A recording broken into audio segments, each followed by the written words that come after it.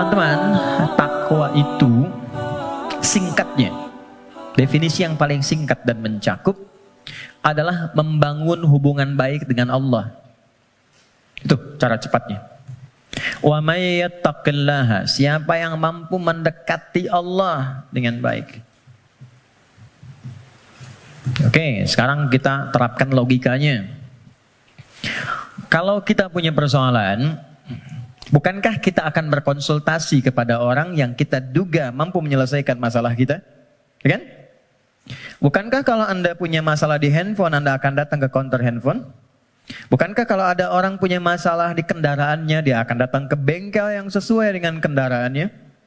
Oke, artinya kita akan merujuk kepada objek itu ketika dipandang dia mampu menyelesaikan masalah yang kita hadirkan. Sekarang, pertanyaannya, siapa yang mampu menuntaskan dan maha memiliki solusi dari semua masalah yang ada di muka bumi? Bukankah Allah? Bukankah yang punya solusi Allah? Yang punya harta Allah? Yang punya ilmu Allah? Karena itulah kita sering minta kan? Ya Allah, ya Allah, ya Allah. Pertanyaannya, apakah setiap yang meminta itu punya hubungan baik dengan Allah?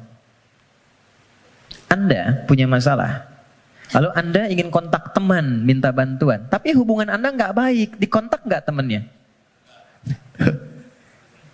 Tapi yang paling aneh, masih dikontak kan? Ya kan? Dan nggak berharap apa-apa gitu. Dan biasanya orang yang tak punya hubungan baik, walaupun dia mengontak, biasanya harapannya kosong. Mau dibantu nggak apa-apa, mau nggak dibantu nambah kesel. Kan nggak punya hubungan baik gitu kan? Oke, nah sekarang problemnya, apakah setiap orang yang minta kepada Allah itu, maaf, punya hubungan baik gak dengan Allah?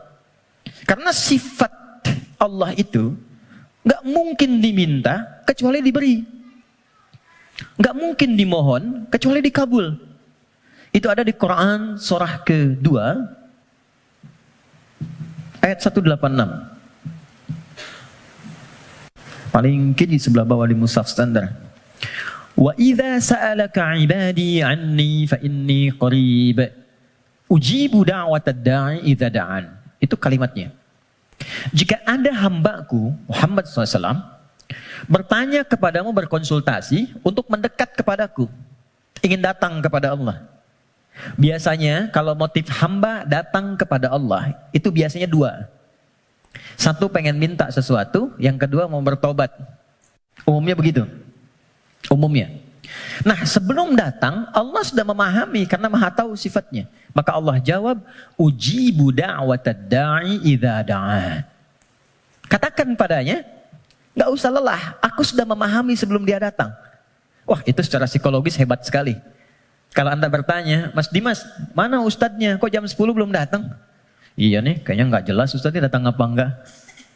Dengan jawaban kedua, ustadz sudah dekat, sebentar lagi tiba. Mana yang menenangkan, jawaban pertama atau kedua? Kedua. Maka Allah mengatakan, sebelum engkau tanya, katakan Muhammad pada mereka SAW, aku dekat. Setelah itu apa? Aku akan kabulkan apapun yang hambaku minta, sepanjang itu maslahat untuknya. Jadi setiap permohonan itu dikabul, dan jawabannya menggunakan ya, lalu kembali kepada saya jadi ujibu, aku akan jawab kapanpun itu yang sesuai dengan kebutuhan dia.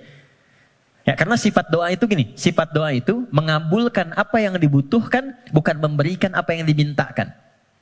Karena Allah itu Maha Pengasih, nggak mungkin Allah ngasih kepada sesuatu yang membahayakan.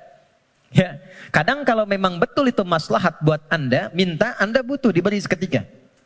Tapi kalau sekarang Anda belum siap, mungkin diberikannya 2 tahun, 3 tahun, 4 tahun. Nabi itu minta kiblatnya pindah dari Masjidil Aqsa ke Ka'bah. Kapan dikabulkannya? Setahun 8 bulan. Bayangkan seorang Nabi, Rasul, manusia terbaik, minta sama Allah, nggak langsung dikabul. Setahun 8 bulan baru dikabulkan. Kenapa? Bukan nabinya, umatnya belum siap. Ya, begitu pindah, dapat komen dari kalangan Yahudi yang ada pada saat itu di Madinah, langsung dislike, share, viral. Nggak ada yang subscribe satupun. Ya, yang ada nanti malah konflik. Jadi begitu sudah siap, sudah paham dengan esensi sholat, sudah mengenal Allah lebih dekat, baru dikabulkan. Kadang-kadang, maaf ya teman-teman, Apa yang sekarang kita dapatkan, boleh jadi itu doa sekian bulan atau bahkan tahun yang pernah dimohonkan dulu. Cuman kadang-kadang sebagian hamba tidak menyadari itu, karena itu syukurnya telat. Gitu. Ada yang ketiga, ini yang lebih dahsyat. Allah mengganti apa yang diinginkan dengan apa yang dibutuhkan. Seperti pernah saya sampaikan, Anda punya anak, anaknya sakit, konsultasi ke dokter, ini yang terbaik untuknya jeruk. Pulang dari rumah sakit, dia merengek minta apel. Mama, apel, apel, apel. Ini nak, jeruk. Nggak mau apel. Ini jeruk rasa apel. Itu yang terbaik, gitu kan? Oke, kadang-kadang Anda minta motor, dikasihnya mungkin sepeda. Kadang Anda minta mobil A, dikasihnya mobil B. Kadang Anda mengajukan proyek A, dikasihnya proyek B. Yang ini nggak masuk, yang ini dapat. Jadi sifat doa, itu kalau dimohonkan, diberikan. Kalau nggak cocok di dunia, diberikan di akhirat. Itu sudah janji. Karena itu kita masih ada iman akhirat, jadi masih punya harapan. Yang bahaya itu kalau nggak punya keyakinan tentang akhirat, dia nggak punya harapan. Jadi meninggal aja. Kalau kita masih punya harapan, makanya kita belajar ilmu tentang alam kubur, ilmu tentang akhirat, pengetahuan tentang surga neraka. Kenapa? Supaya memunculkan harapan. Ya, sebab kalau ditanya nanti, kalau meninggal kemana, punya jawaban. Kalau orang yang nggak tahu itu ditanya kemana, meninggal ya meninggal aja. Kalau meninggalnya kan sama-sama meninggal. Halo? Ya? Baik. Nah sekarang problemnya adalah, bisa ada orang minta, tapi nggak terkabul gitu. Nggak dapat. Apa problemnya? Maka saya kisahkan hadis Nabi. Teman-teman, thumma dzakara ar-rajula yutilu safara ash'atha aghbara. Nabi mengisahkan seorang lelaki yang menempuh perjalanan panjang. Safar. Sifat safar, ingat ya, sifat safar itu cepat mengabulkan doa. Jadi kalau teman-teman sedang safar, kalau dari segi jarak tuh di atas 82 km dari segi jarak. Tapi kalau dari waktu tempuh yang merubah zona waktu lah setidaknya. Ya, jadi kalau kita misalnya dari sini mau ke Palembang, Papua, Lampung, safar. Tapi ingat, safarnya menuju tempat yang baik. Ya, ini mau safar ke Makau, safar ke Las Vegas misalnya, itu bukan safar namanya. Memang jalan jauh tapi bukan dalam konteks yang dibenarkan. Nah, orang yang menempuh perjalanan jauh dalam rangka kebaikan, apalagi diniatkan ibadah, maka berpotensi mengabulkan doa di setiap titian perjalanannya. Maka alih-alih banyak foto dan bikin status, saran saya, isi dulu dengan doa. Isi dulu dengan doa. Dua, yamuddu yadaihi ilas sama, dia mengangkat tangannya ke langit. Gini, saya tidak bermaksud mengajarkan, hanya share saja. Biasanya begini yang mudah untuk dilakukan. Kalau Anda angkat telapak begini, ada garis kan ya? Ada garis ya? Nah, yang paling mudah tuh begini, satukan garisnya. Ini, lalu di sini letakkannya. Nanti ada babnya, semakin tinggi dan luas permohonan, biasanya semakin diangkat semakin terbuka. Seperti doa istisqa, minta hujan. Doa istisqa tuh begini. Nanti ada di khutbah Jumat, misalnya khatib begini. Ya, sebetulnya tidak diatur secara spesifik, yang penting ngangkat. Tapi umumnya riwayat mengatakan ngangkat dekat ke dada. Saya yang praktekkan begini. Nah, singkatnya, hadis sahih mengatakan orang yang mengangkat tangan dengan berdoa itu lebih cepat intinya dikabulkan dibandingkan dengan yang diam. Innallaha hayyun karimun. Allah itu maha mulia dan sangat merasa malu kalau seorang hamba mengangkat tangannya tidak dikabulkan doanya. Itu jawaban dari Nabi kepada seorang sahabat yang bertanya, ya Rasulullah, kalau ada seorang hamba mengangkat tangan dan memohon kepada Allah, apakah dikabulkan?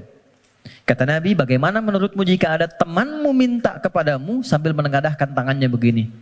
Ya, Mas Sandian, tolong sesuap nasi aja.